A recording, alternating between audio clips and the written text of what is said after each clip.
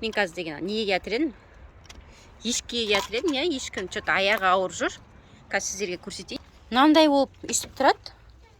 Ешкім. Мынандай болып тұр, иә, екі аяғын өстіп жатады. Көп жүрмейді.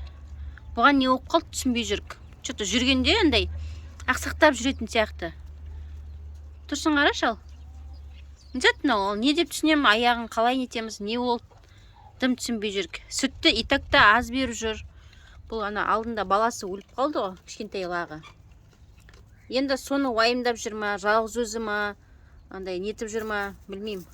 Қасына серік керек па, қашыру керек па деген сияқты сұрақтар менде. Қандай болған. Негізі мынау түрі арық болғанмен, бұл семіз дейді. Семіз дейді лақ. Лақ бес ешкі. Аяғың ауыр жүр ма сенің? Ал, жатайын деп жатыр ма, не істеп жатыр ма? Сеніп жатыр ма? Не болды саған? Кім дейді, айтшы? Сүтін аз беріп жүр. Осындай болып жатыр, общем.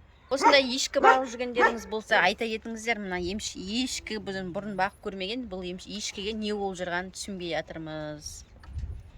Достар, бізге лайк, комментарий ұмытып кетпеңіздер. Бүгінгі күн күшті жаңбыр жауып тұр ғой, сіркіреп күшті болып тұр. Қой, далаға шығармаймын сені. Тұрған сияқты, мен оны деген жіберсең, Артур, чу! Бұны жіберсең, тек мана нетеді. Талдарды жейді. Қайсы аяғыңа не болды? Жүр. Аяғын сылтып баса ма, бірдеңе болып тұр. Мә, чуку.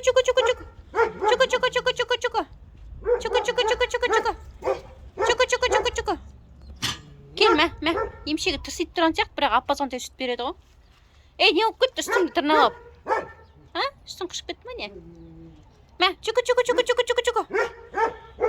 Жемге тойып жүр негізі. Ол тамақтан емес, аштықтан емес, сүт бермеу. Мынау күшіктей.